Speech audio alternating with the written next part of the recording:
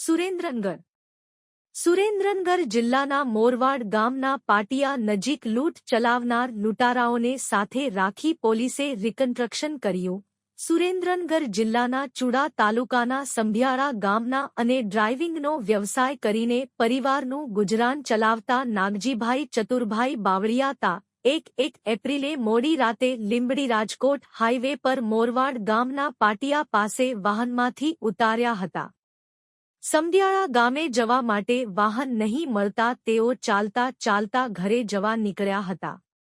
નવી જૂની મોરવાડ ગામો વચ્ચે ભોગાવા નદીના પુલ ઉપર 2 બાઇક ઉપર આવેલા 5 શખસે તેમને આંતરી પાઇપ, ધોકા, રબરીની પટ્ટી જેવા હથિયારોથી નાગજીભાઈ ઉપર હુમલો કરી તેમની પાસે રહેલા રૂ. 2200ની લૂંટ ચલાવી ફરાર થઈ ગયા હતા. બનાવ અંગેની અરજી નોંધી ચુડા પોલીસે લૂંટારૂ ટોળકીની શોધખોળ હાથ ધરી હતી. છતાંય લૂંટારુઓની ભાળ કોઈ મળી નહોતી. આજુબાજુના ગામોના સીસીટીવી ફૂટેજ મેળવી બોડી લેંગ્વેજના આધારે નવી મોરવાડ ગામના 24 વર્ષીય બાબુ ઉર્ફે ચમન ધીરુભાઈ કોઠારિયા, 19 વર્ષના સચિન ઘનજીભાઈ માત્રાણીયા, 21 વર્ષના અમિત મનસુખભાઈ માત્રાણીયા અને 19 વર્ષીય સચિન ધર્મેન્દ્રભાઈ ગોવિંદિયાની અટકાયત કરી હતી. ડીવાયએસપી વી.એમ. રબારી અને ટીમે આરોપીઓની પોલીસની ભાષામાં સરભરા કરતા ચારેય શખસે ગુનો કબૂલી લીધો હતો. શનિવારે ચારેય આરોપીઓને સાથે રાખીને ઘટનાનું રિકન્સ્ટ્રક્શન કરવામાં આવ્યું હતું. આ અંગે ડીવાયએસપી વિશાલ રબારીએ જણાવ્યું હતું કે અગાઉ પણ આ ટોળકીએ અમુક લોકોને નિશાન બનાવ્યા હતા. હજુ આ લૂંટારૂ ટોળકીનો એક શખસ ફરાર છે. સુરેન્દ્રનગર રિપોર્ટર મહેશભાઈ ઉતેરિયા દ્વારા. ઓકે.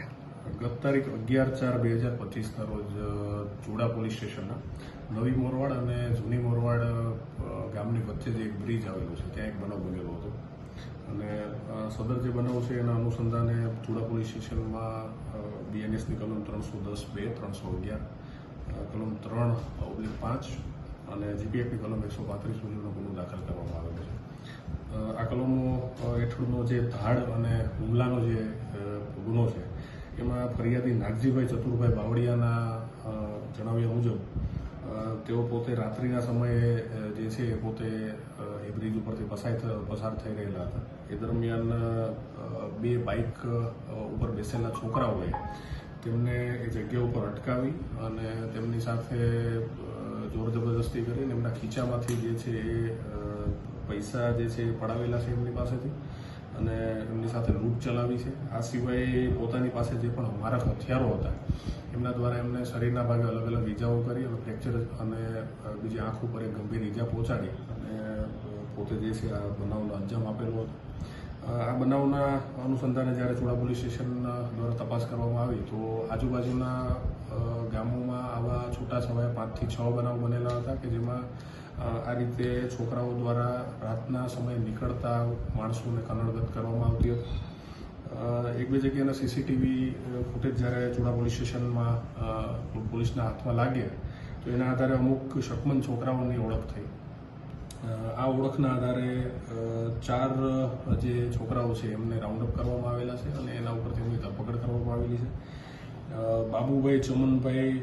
બાબુભાઈ ઉર્ફે ચમનભાઈ ધીરુભાઈ કોઠારિયા જે પોતે મોરવાડનો જ રહેવાસી છે અને હાલ રાજકોટ રહે છે.